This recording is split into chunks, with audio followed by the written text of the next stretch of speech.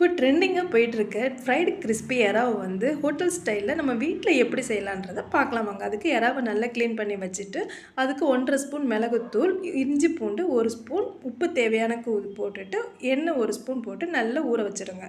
பெரட்டி அப்புறம் ஒரு பவுல்ல வந்து 3 ஸ்பூன் கார்ன்ஃப்ளவர் மாவு, 2 ஸ்பூன் மைதா மாவு போட்டு, எண்ணெய் வந்து ஒரு 2 ஸ்பூன் ஊத்திக்காங்க. முட்டையுடைய வெள்ளை கரு மட்டும் போட்டுக்காங்க. பேக்கிங் பவுடர் ஒரு 1/2 ஸ்பூன் போட்டு, இதில லைட்டா பிஞ்ச் உப்பு போட்டு, தண்ணி ஊத்தி நல்லா கலக்கி இந்த மாதிரி லிக்விடா வச்சுக்காங்க. அதுக்கப்புறம் ஒரு கடாயில எண்ணெயை ஊத்திட்டு, எண்ணெய் காஞ்ச உடனே இந்த நம்ம எறா ஊற வச்சிருக்கோம் பார்த்தீங்களா, அதையும் எடுத்துட்டு இந்த கார்ன்ஃப்ளவர் மாவு லிக்விட்ல வந்து முக்கி அப்படியே எடுத்து போட்டு பொரிச்சு கொடுங்க. அப்படியே டேஸ்ட்டா, சாஃப்ட்டா ஹோட்டல் ஸ்டைல்ல நமக்கு கிடைக்கும். வித்தியாசமா நம்ம செஞ்சு கொடுத்தா பிள்ளைங்க எல்லாம் சூப்பர்ன்னு சொல்லுவாங்க.